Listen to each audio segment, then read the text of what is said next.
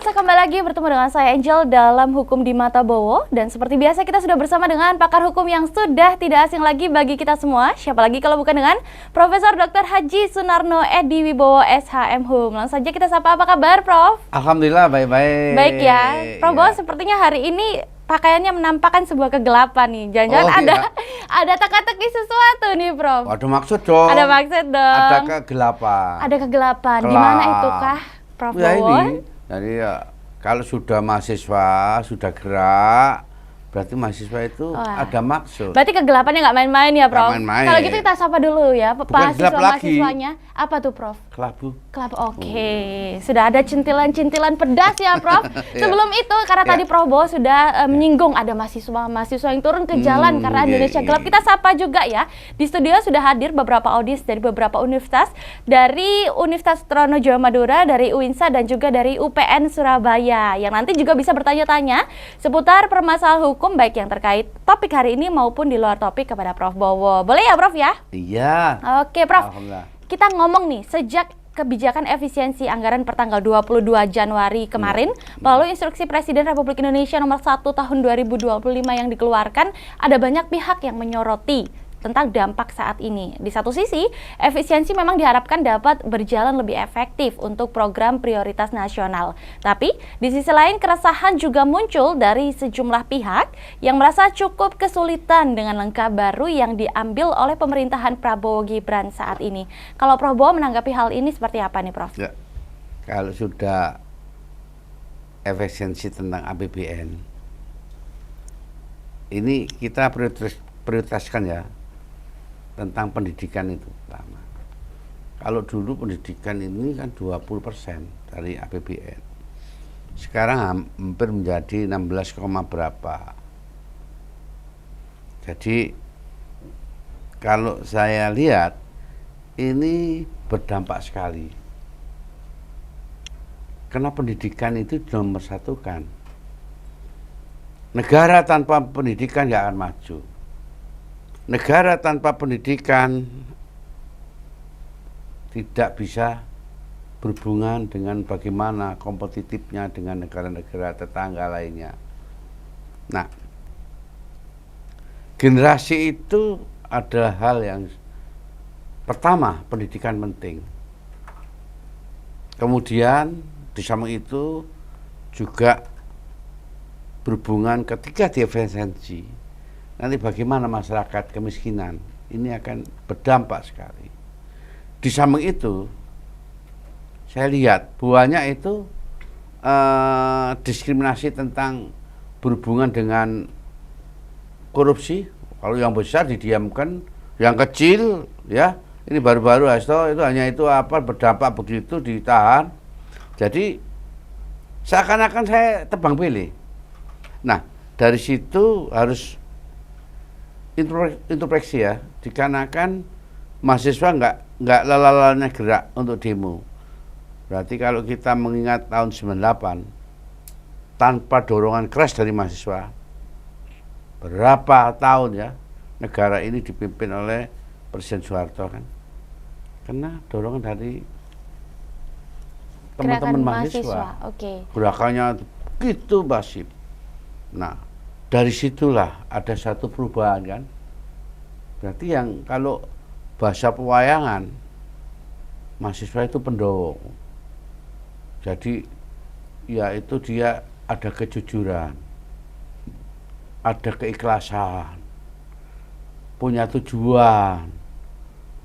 Artinya gerakan dari mahasiswa ini tidak ditumpangi atau dipolitisasi oleh sekelompok elit, memang betul-betul sedang menyuarakan. Betul, disuarakan. Tapi kita make it clear dulu, Prof Bowo jadi bagian yang sepakat atau tidak sepakat dengan efisiensi anggaran yang dilakukan oleh Presiden Prabowo. Karena kan kita mengingat efisiensi ini juga akan diberikan kepada sektor-sektor lain seperti pembangunan sekolah dan lain sebagainya, Prof.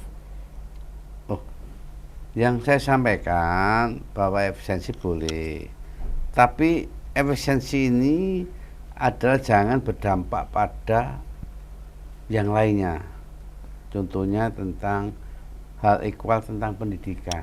Oke, kita spesifik bicara tentang pendidikan. Kalau menurut Prof Bowo, dampak apa yang akan terjadi kepada sektor pendidikan apabila ada efisiensi ini? Ini nanti UKT naik, kemudian tidak ada beasiswa untuk mahasiswa. Kalau bisa itu sebetulnya bukan lagi ya, memang prioritas lah, memang untuk makan siang yang bergizi dan sebagainya, makan bergizi dan sebagainya. Boleh saya dulu, ya memang penting juga waktu kecil dulu.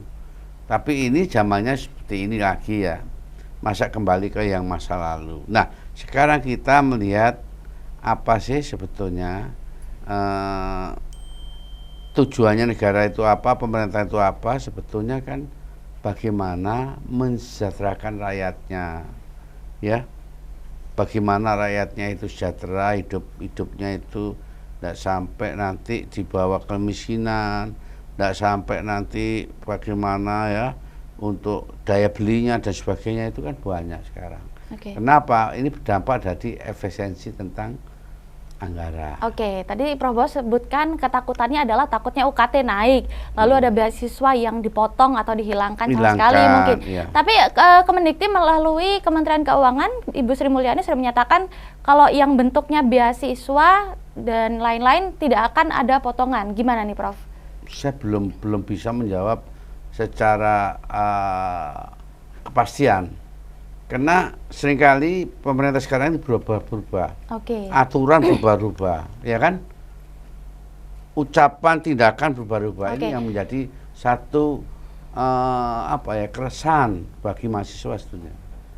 Berarti seperti maksudnya Prof. Bowo ada ketidakselarasan pembicaraan ya dari Kementerian Keuangan, dari Wamen menyatakan tidak ada kenaikan UKT, tidak ada pemotongan beasiswa. Tapi kemarin seperti yang kita ketahui Menteri Pendidikan juga sempat mengatakan ada kemungkinan kenaikan UKT. Akhirnya tidak selaras seperti itu ya, Prof. Ada kenaikan UKT dan sebagainya. Saya yakin kalau ada pemangkasan tentang pasti berdampak maksudnya Prof. Gak mungkin kalau nggak ada pemangkasan. Contohnya ya, kalau ini hanya ilustrasi kecil aja.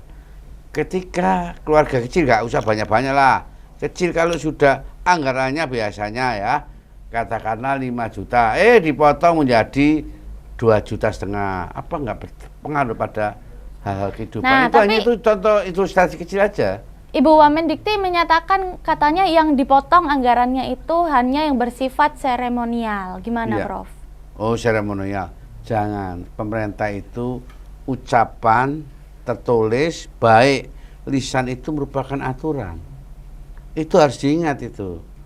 Jangan melinca-melinci dari seorang. Apalagi sekarang kita bicara. Sudahlah, nggak usah dipikir. Contohnya negara Amerika itu loh, ya.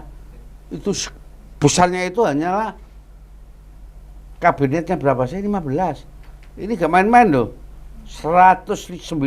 Terus apa? Biaya ini, biaya itu dan sebagainya. Habislah untuk biaya. Nanti belum ada kalau mau kemana, ya toh?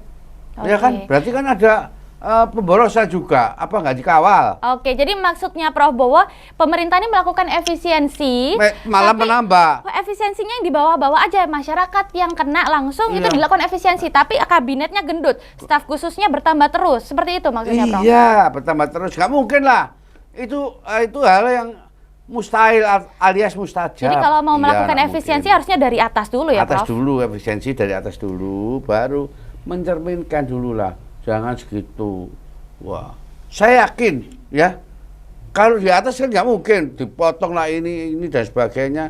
Tunjukkan yang nyata itu loh. Harus dari pemerintah sendiri. Pemerintah sendiri bagaimana untuk efisiensi di atas baru. Masa di atas gemuk di bawah malah ditekan. Ini kan lain ya. Itu yang terjadi saat ini, Prof. Ya kita realita lah, bicara realita, nggak usah bicara yang nggak pasti. Itu hanyalah kadang-kadang ekonomi 8% dan sebagainya. Tunjukkanlah, masyarakat tunjukkan sekarang bagaimana sekarang PHK begitu, terus sampai ya toh ada melon 3 kilo itu sampai mau diobrak-abrik kayak gitu loh ya. Saya nggak bisa mikir ya. Soalnya apa? Saya ini adalah saksi sejarah ketika antri-antri zamannya dulu, antri minyak tanah itu sampai ramai. Ini mau dibegitukan lagi, langsung tarik lagi, butuhkan lagi, tarik lagi.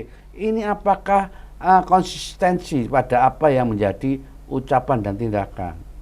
Oke, jadi dalam 100 hari pertama kerja Bijaksanaan pemerintah ya. ini sepertinya lumayan banyak PR-PR ya, walaupun memang kemarin nilainya juga cukup tinggi, sekitar Iya. 80%, tapi PR-PR-nya juga banyak menurut Prof. Bowo. Kalau mahasiswa nggak gerak, saya kira aman-aman saja. Kalau mahasiswa gerak, itu ada hal-hal, meskipun 100 hari, berarti ada yang penyimpangan-penyimpangan Ada yang ada. tidak baik-baik saja, seperti itu. Iya, Tadi Prof. Bowo juga sudah sempat singgung ya, sesuai amanat konstitusi seharusnya ada 20% anggaran dari APBD yang digunakan untuk pendidikan. Dan Pendidikan. nyatanya sekarang setelah efisiensi berkurang hingga menjadi Berkurang. sekitar 16% saja. Kalau Prof. Bowo melihat apakah dari sini pemerintah seperti terkesan melanggar amanat konstitusi? benar. Konstitusi sudah menyatakan bahwa pendidikan 20% ini. Kok dikurangi lagi? Lah kalau dikurang masa apa yang tekor? Utang 800 triliun. 8.000 triliun. Bunga 800 triliun. Ini contohnya seperti itu ya toh. Jangan kita bicara yang utopis. Bicara yang rasional ya, yang bisa ditunjukkan ya. Janganlah ya. Kalau menjadi pejabat itu untuk kepentingan pribadi, bukan untuk amanah, untuk kepentingan masyarakat, rakyat. Ingatlah, kejujuran, kekuasaan, ya, jabatan, itu nanti akan terukir di dalam sejarah. Yakin saya, ketika rakyat, ketika masyarakat, apa yang diinginkan, ada kebohongan, ketidakjujuran, membela rakyat kecil dan sebagainya, alah itu hanya omongan tok aja. Ternyata rakyat kecil ya nangis semua. Omon-omon ya Prof ya. Prof, Ya. tapi seperti yang kita ketahui bahwa hari ini pun ternyata gerakan dari para mahasiswa untuk turun ke jalan mengenai tentang Indonesia gelap ini masih terjadi sampai hari ini. Kalau menurut Prof Bowo, apa yang betul-betul mendasari para adik-adik mahasiswa ini untuk benar-benar turun ke jalan menyuarakan? Tapi tahan dulu Prof, karena kita akan kembali setelah yang satu ini. Tetap bersama kami dalam Hukum di Mata Bowo.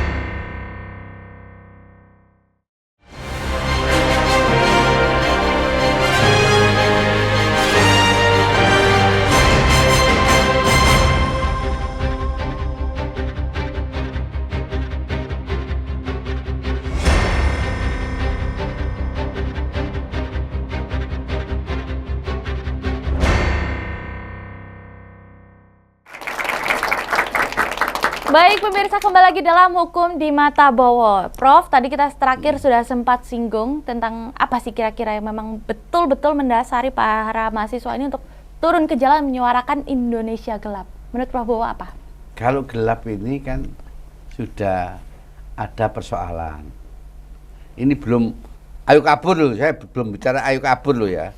Ini orang kualitas-kualitas semua loh ya. Mahasiswa zamannya bukan, ini zamannya bukan zaman saya lah ya. Ini zaman sekarang banyak punya suatu kualitas ya, khususnya mahasiswa ini banyak sebetulnya. Itu ada tanda-tanda itu sudah ada sesuatu di sini nggak nyaman, kesejahteraan nggak nyaman, pendidikan nggak nyaman, ya toh, kesehatan nggak nyaman. Itu ada berhubungan sekali lah dengan sektor-sektor yang di bawah lah, yang sehari-hari ya. Kita nggak usah tentang wah kok harus begini begitu bagi. Ini pertama inilah, rakyat itu pertama, negara tanpa rakyat tidak bisa. Contohnya IKN itu bisa nggak? Tanpa rakyat berdiri, gitu, ibu kota, ya toh. Ternyata ibu kota diganti Jakarta Daerah Istimewa Jakarta. Bukan ibu kota loh, tapi kenapa kok aturan yang sekarang diatur, sekarang dilantik di Jakarta ini kan bertentangan sebetulnya. Tapi orang nggak tahu sebetulnya. Kenapa dilantiknya kemarin nggak di IKN? Maksudnya gitu ya Prof ya? Loh, iya di IKN kan, ibu kota negara nasional. Ibu kota Nusantara Prof. Ibu kota Indonesia di Jakarta sudah diganti daerah ya DKJ kan, daerah khusus Jakarta. Kenapa Kan kemarin itu. dilantiknya tetap di Jakarta? Ya. Lalu tentang hashtag tagar kabur aja dulu. Nah, Nah, ini itu. mungkin apakah itu adalah bentuk keresahan mahasiswa atau masyarakat karena merasa di sini lapangan pekerjaan kurang, kesejahteraan kurang. Lalu kita bikin hashtag kabur aja dulu, tapi dari pemerintah tidak mensupport adanya hashtag kabur aja dulu. Dan kemarin kita sempat melihat juga dari Bapak Luhut Binsar Panjaitan mengatakan nggak ada Indonesia gelap, kau itu yang gelap. Gimana menurut Prabowo? Itu yang orang yang kaya, orang yang sudah sukses. Coba lu gak sukses, ya harus yang ngomong yang siapa? Jadi seharusnya menanggapi tagar kabur aja dulu itu seperti apa? Apakah harus introspeksi diri atau gimana? Introspeksi Prof? bahwa negara introspeksi bagaimana ya toh. Untuk pertama ini adalah saya bicara tentang satu pendidikan lah.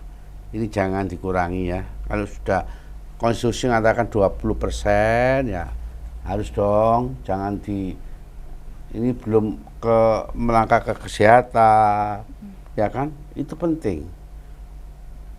Kenapa? Karena rakyat gak sehat, ini gak akan mungkin bisa berpikir juga. Jadi seharusnya segala sesuatu apa sih menjadi dampak efisiensi itu apa sih? Anggaran dari mana? Kan APBN. Kita bangun IKN APBN. Akhirnya kan terkuras dikarenakan itu.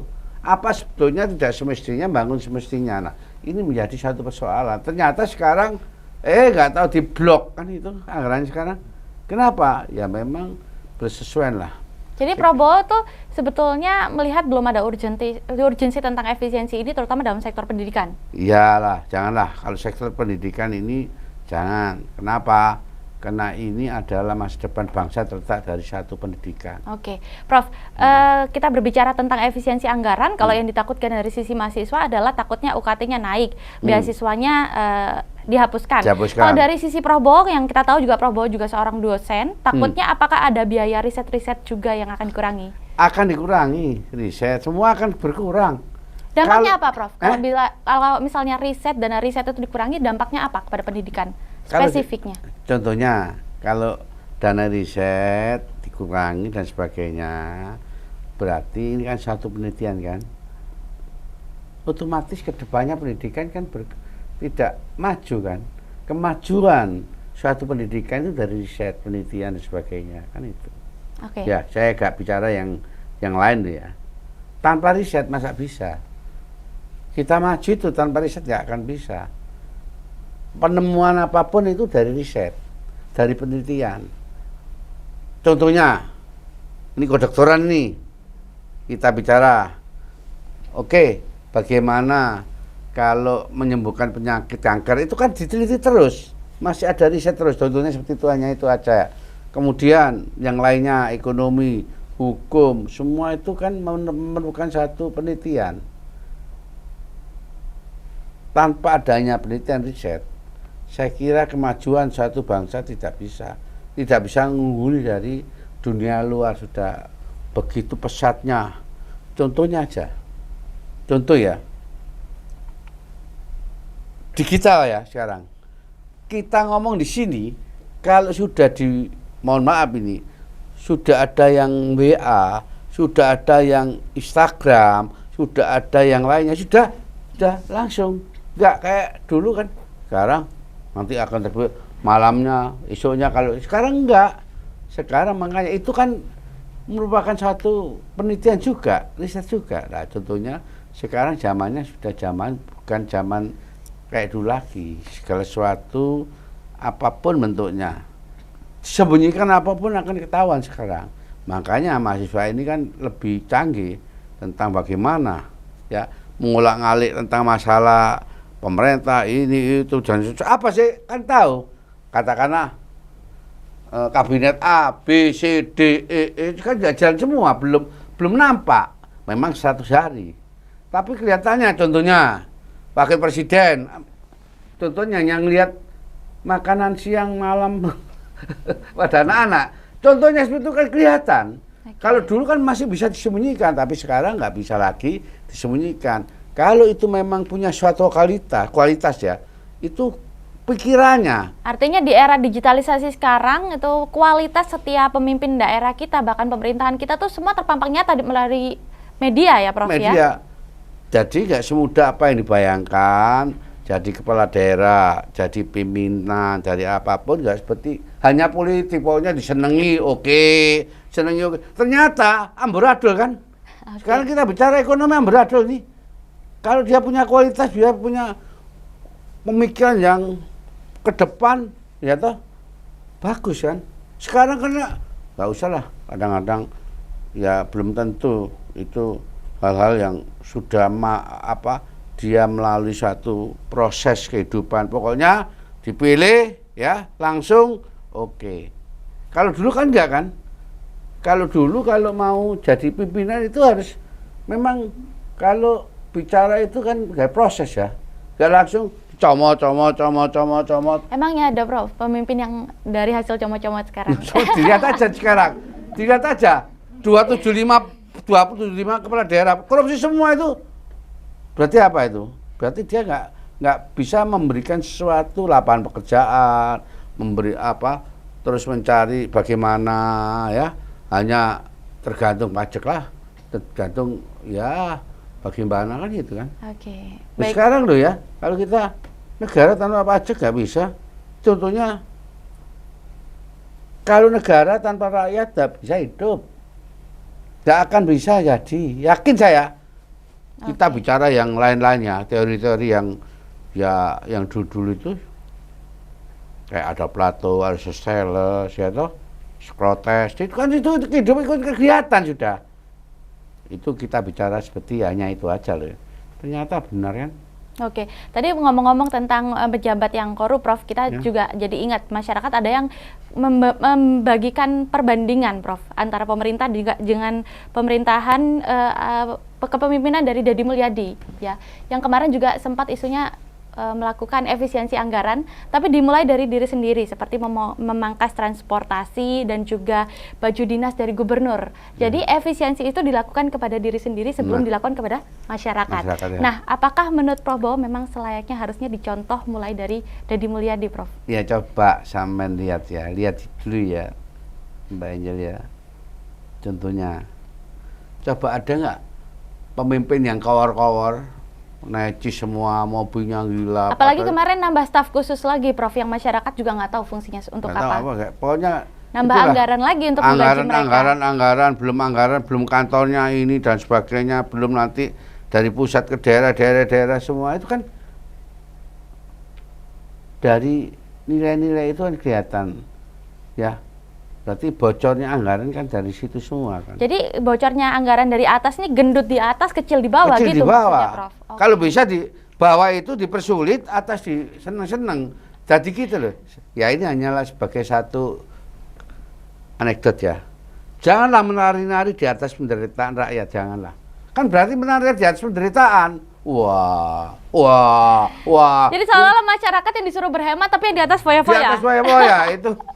Oke. Ya, Baik, ya. Prof, tapi ini ada Ya. pemerintah melalui Kementerian Keuangan itu kemarin mengumumkan pemangkasan anggaran pada sejumlah pos-pos belanja kementerian lembaga untuk tahun 2025 sebagai berikut. Ini ya, Prof, pos-posnya yang dihemat ada alat tulis atau ATK, ada belanja percetakan dan souvenir, ada sewa gedung, kendaraan dan peralatan, ada juga belanja lainnya yang tidak terkait langsung dengan prioritas pembangunan, lalu kegiatan seremonial, perjalanan dinas baik dalam maupun luar negeri, lalu kajian dan analisis, rapat, seminar, dan kegiatan sejenis, honor output kegiatan dan jasa profesi, infrastruktur, pengadaan peralatan dan mesin, diklat dan bimtek, lisensi aplikasi, bantuan pemerintah, pemeliharaan, dan perawatan. Nah, itu banyak sekali yang masuk ke dalam list-list yang harus dilakukan efisiensi, Prof. Kalau menurut Prof Bowo, apakah pos-pos yang dipangkas itu sudah tepat atau bagaimana? Nah, kalau seremonial ya tentang perjalanan dinas. Itu setuju, Prof. Ya, setuju. Seminar di sini tuh loh, tiap hari Jumat sudah memberikan edukasi pada masyarakat. Seminar nggak harus mahal ya, Prof? Nggak ya? mahal, nggak ada mahal tapi bisa semua. Nanti pertanyaan-pertanyaan terjangkau semua. Ini pendidikan hukum, pendidikan politik. Di sini kan sudah enggak zamannya lagi seperti dulu. Wah, reses dan sebagainya. Hasilnya mana sekarang? Toh masyarakatnya nggak bisa apa-apa juga, rakyatnya nggak bisa apa-apa. Ini semua itu harus, kalau itu saya setuju, semua harus diefisiensi. Cuman kan saya hanya satu, prioritaslah hanya pendidikan. Saya nggak bisa semua harus dipangkas, tapi pendidikan ini janganlah. Karena ini masa depannya bangsa. Itu Krusial ya Prof ya. Jadi kalau masyarakat bertanya-tanya bingung gini, gimana ya? Karena kan memang cita-cita pemerintah adalah mencapai Indonesia Emas 2045. Sementara anggarannya untuk pendidikan dilakukan efisiensi. Gimana menurut Prof? Kan seperti bertentangan. Bertentangan dong. Kalau mas-mas apa? Jangan mas-mas mas-masan. Jadi seharusnya itu harus dipikirlah dulu. Ya memang gak semudah apa yang dibayangkan, dan itu pun seharusnya ada kekompakan dari kabinet ini, ya kan? Nah, kabinet ini ada kabinet A, B, C, D, bisa-bisa nanti ada musuh dan selimut. Waduh, bahaya nih Prof. Ya itu kan bahaya. bahaya. Ya, tapi menurut Prof Bowo sendiri, Prof Bowo juga seorang dosen, apakah Prof Bowo optimis dengan Indonesia Emas 2045 sementara anggaran pendidikannya sekarang dipotong besar-besaran? Tapi tahan dulu Prof jawabannya, karena kita akan kembali setelah yang satu ini. Tetap bersama kami di Hukum di Mata Bowo.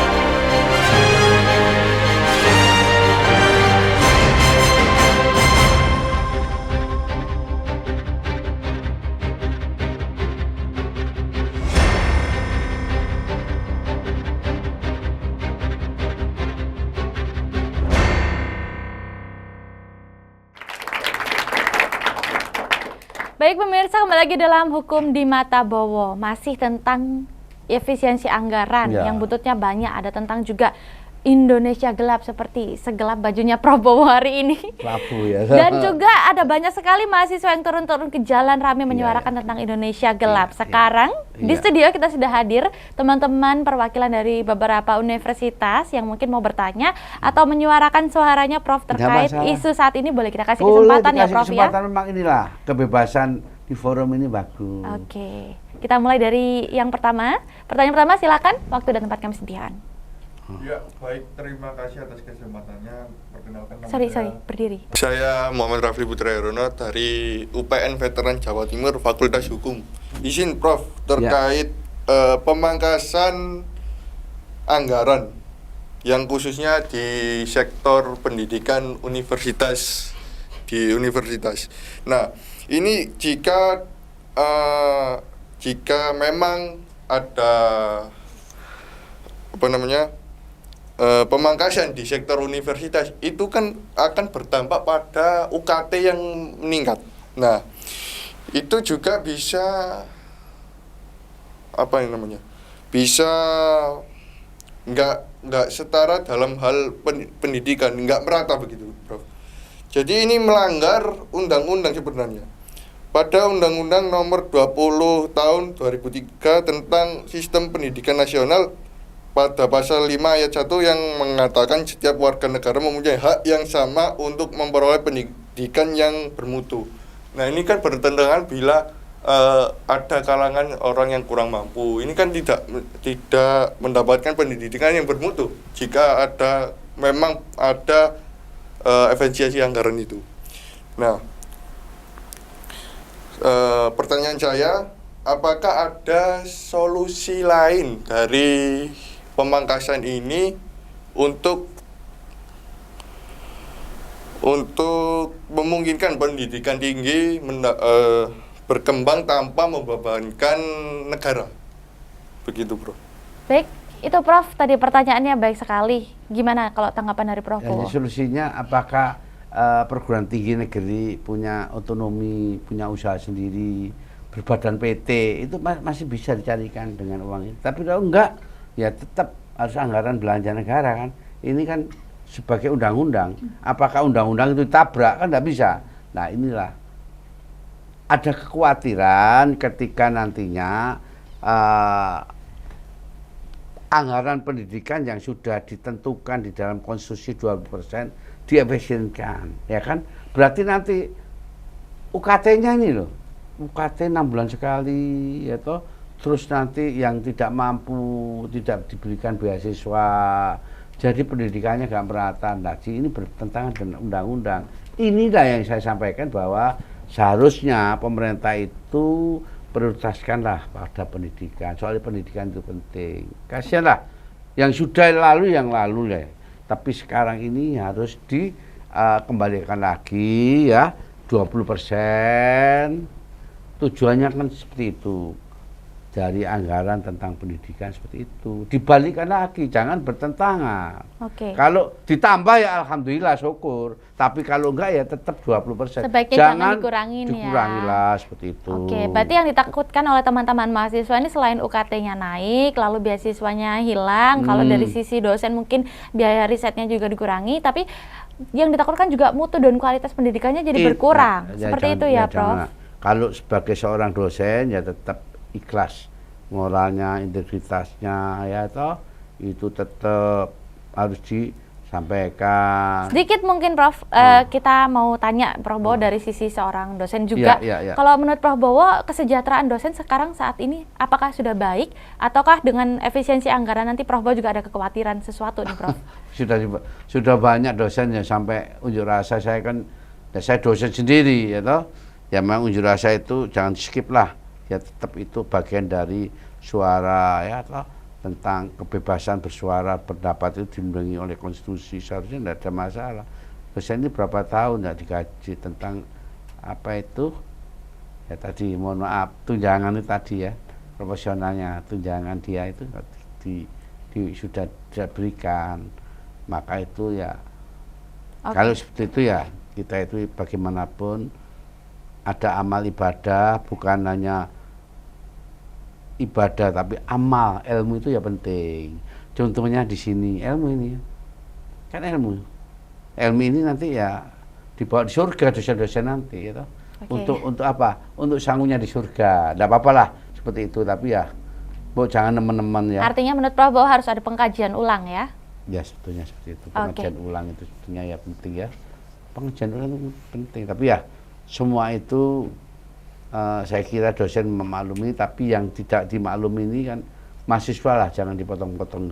Oke, baik. Siap Prof. Kita beralih ke pertanyaan selanjutnya. Silakan untuk pertanyaan kedua, waktu dan tempat kami sediakan. Perkenalkan sebelumnya saya Vini dari Universitas Trunojoyo Madura. Izin bertanya Prof, terkait tadi seperti yang Prof sudah sampaikan di awal bahwasannya konstitusi kan sebenarnya memberikan anggaran untuk pendidikan itu 20% dari APBN sebenarnya. Lalu sekarang kan di pemerintahan Prabowo Gibran ini dipotong menjadi 16,77% kalau tidak salah ya. Apakah hal itu termasuk inkonstitusi Prof? Kalau iya memang inkonstitusi, sebenarnya apakah akan banyak dampak untuk pemerintahan ke depannya? Baik, itu saja. Terima kasih. Baik sekali pertanyaannya, Prof. Gimana? Ya institusi dong. Jadi di luar kan nggak boleh bertentangan dengan konstitusi. Masa konstitusi? Itu konstitusi kan kita bicara masalah tentang tata perurutan undang-undang 12 tahun 2011. Undang-undang dasar paling tinggi. Ada tap MPR, ada Perpu, ada undang-undang, ada peraturan pemerintah, ada Kepres dan Inpres dan sebagainya ya toh. Ini gara-gara Inpres ini. Ya Inpres ini ya undang-undang yang lebih tinggi nggak bisa lakukan dengan Inpres nomor 125. Nah itulah yang menjadi penyebabnya. Seharusnya ini bertentangan. Nah kalau itu lah kita segala sesuatu itu jangan sampai Pancasila dan Undang-Undang Dasar itu diabaikan. Ini kelihatannya diabaikan ini. Nah itu inkonstitusional. Benar itu. Oke, Prof Bowo sepakat ya? Sepakat dong, memang demikian ya.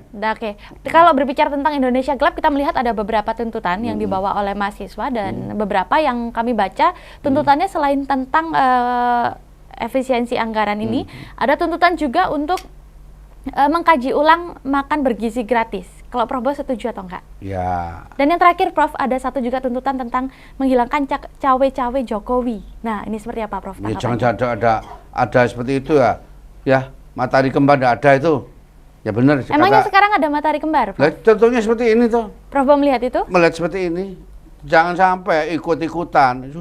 Sudah sekarang pensiun ya dia duduk, jangan ikut mencampuri yang ini itu dan sebagainya. Ya, Oke. banyak sekarang. Jangankan menteri-menteri banyak yang datang di rumahnya, ini baru pertama kali saya melihat itu. Contohnya seperti itu. Oke. Berarti apa? Berarti masih dia itu ya keinginannya seperti itu. Oke, lalu terkait evaluasi tentang makan bergizi gratis, Prof Bo setuju nggak? Ya. Mengingat ini memang menjadi sesuatu yang anggarannya sangat besar, Prof. Iya, saya ingat ya. Kalau saya dulu ya setuju. Kenapa? Dulu itu makan saya itu bulgur, jagung. Ya memang kondisinya seperti itu dulu itu. Semua ngantri, masa kita kembali ke dulu lagi? Ini masa kembali ke dulu lagi? Ah, ini ya. Kalau dulu memang ya memang anaknya orang saudaranya 10 sih. Jadi ya seperti ini ya, makan aja itu ya. Ya alhamdulillah sampai berpikir apalagi berhitung itu, ini panas sekali ini. Karena ya tadi gizinya. Tapi sekarang ini ya saya apa semendapat atau tidak, tapi ya baik itu programnya. Tapi kita lemparkan lagi, baik masyarakat yang menilai bagaimana seperti itu. Saya sependapat atau tidak, tapi jangan sampai nantinya mengurangi ya tentang hubungannya dengan pendidikan tadi. Oke. Ya baik. itu aja. Dan kesehatan, tidak ada masalah. Tidak ada masalah. Saya setuju saja. Bukan mengingat masa lalu ya. Masa lalu ya seperti itu. Sampai kurang makan ya kasihan juga. Oke, jadi Prof Bo, menurut Prof Bo Iya. setuju adanya efisiensi, namun Iya. bukan di sektor pendidikan dan juga kesehatan. Iya. Seperti itu ya, Prof. Oke, Iya, iya. kita lanjut ke pertanyaan ketiga. Silakan, waktu dan tempat kami sediakan.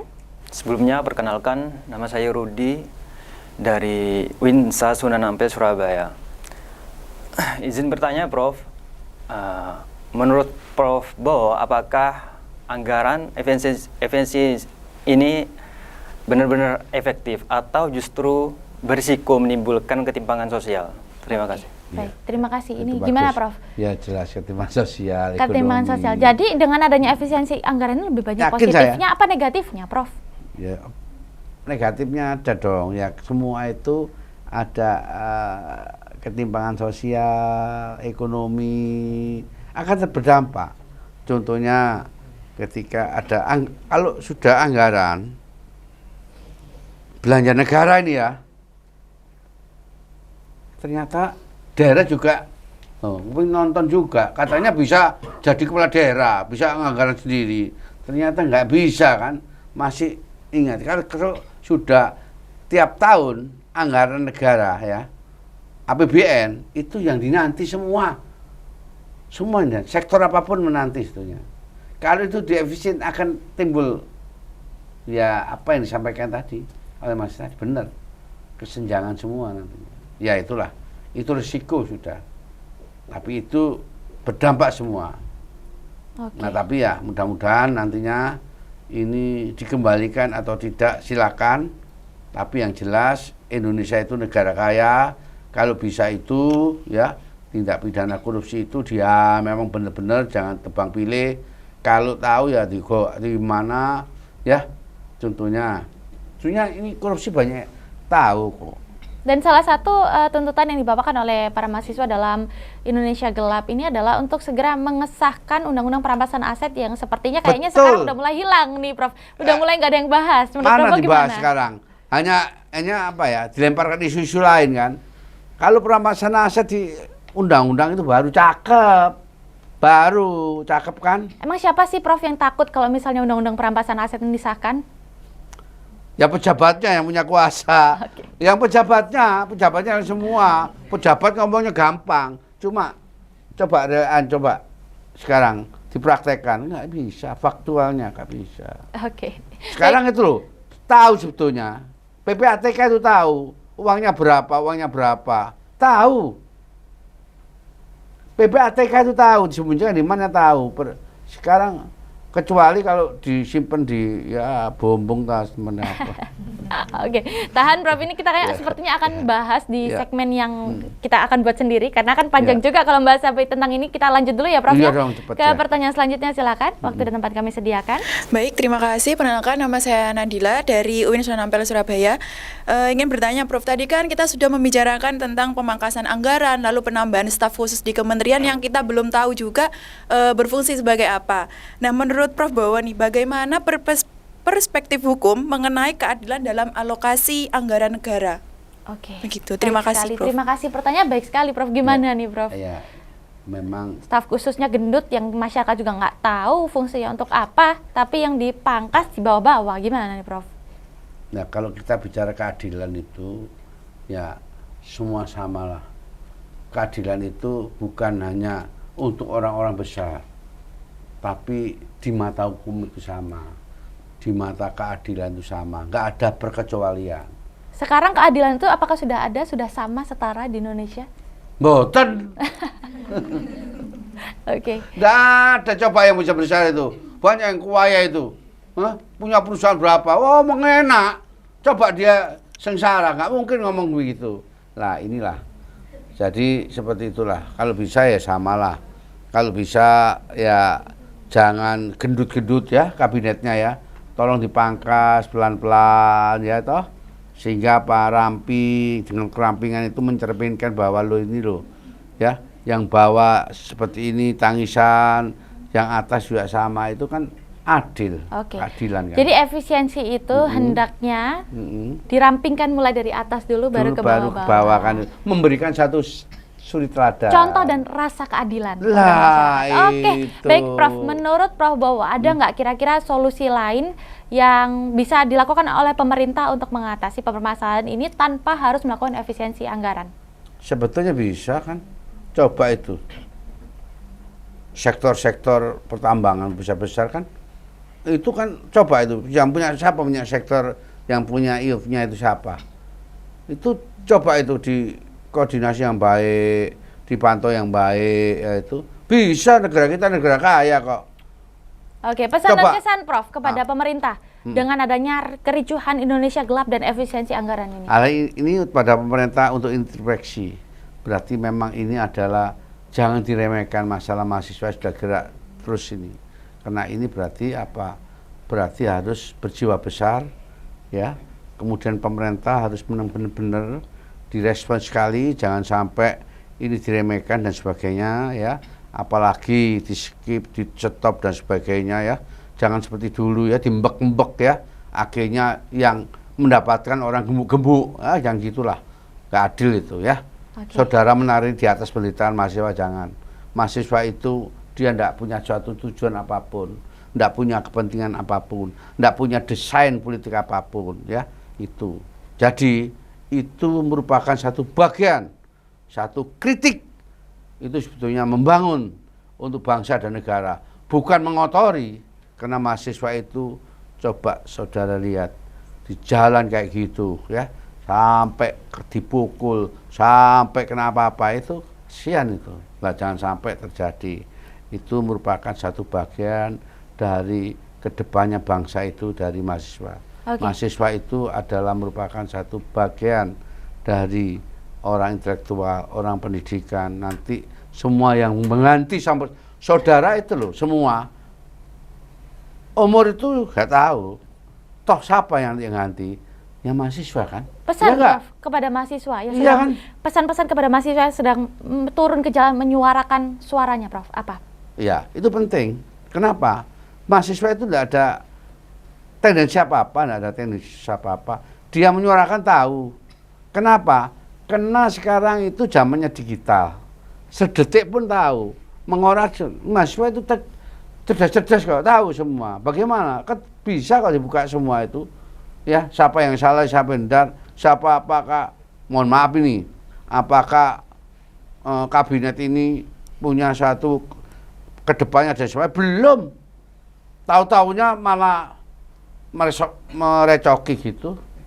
Kan banyak merecoki. Akhirnya kaget semua dari ini ke sini. Contohnya satu aja. Contoh soal ya. Contohnya kemarin ribut itu gara-gara melon itu hanya 3 kilo, waduh segitu sampai karuan. Itu kan itu kan nggak benar. Oke. Itu tujuannya sampai itu diberikan kuasa oleh rakyat, oleh mahasiswa, tapi kuasa itu jangan salah gunakan. Jadi memang amanah, moral, integritas itu penting, ya, untuk suatu bangsa yang memang demikian, kepentingan rakyat dan negara itu ada penting. Contohnya seperti itu. Oke, baik. Akhirnya Prof mengatakan bahwa amanah, moral, dan integritas itu penting. Penting. Dan kita doakan semoga ya Prof Bowo setelah adanya adik-adik mahasiswa ini turun ke jalan tentang tuntutan Indonesia gelap ini, semua permasalahan ini selesai, ada kajian ulang tentang efisiensi anggaran, dan juga untuk tagar kabur aja dulu ini bisa menjadi isu yang lebih digodok lebih dalam lagi oleh pemerintah. Iya, Terima kasih benar, banyak Prof Bowo ya. atas waktu dan kesempatannya, dan Sama-sama. juga teman-teman yang sudah hadir di studio dari beberapa universitas. Terima kasih sudah turut hadir dan menyuarakan suaranya di program Hukum di Mata Bowo. Dan pemirsa, hukum itu tidak ada yang abu-abu, yang ada hanya hitam atau putih, dan seharusnya kita tetap percaya bahwa keadilan masih tetap ada. Terima kasih untuk kebersamaannya. Saya Angel pamit undur diri. Salam Surabaya TV.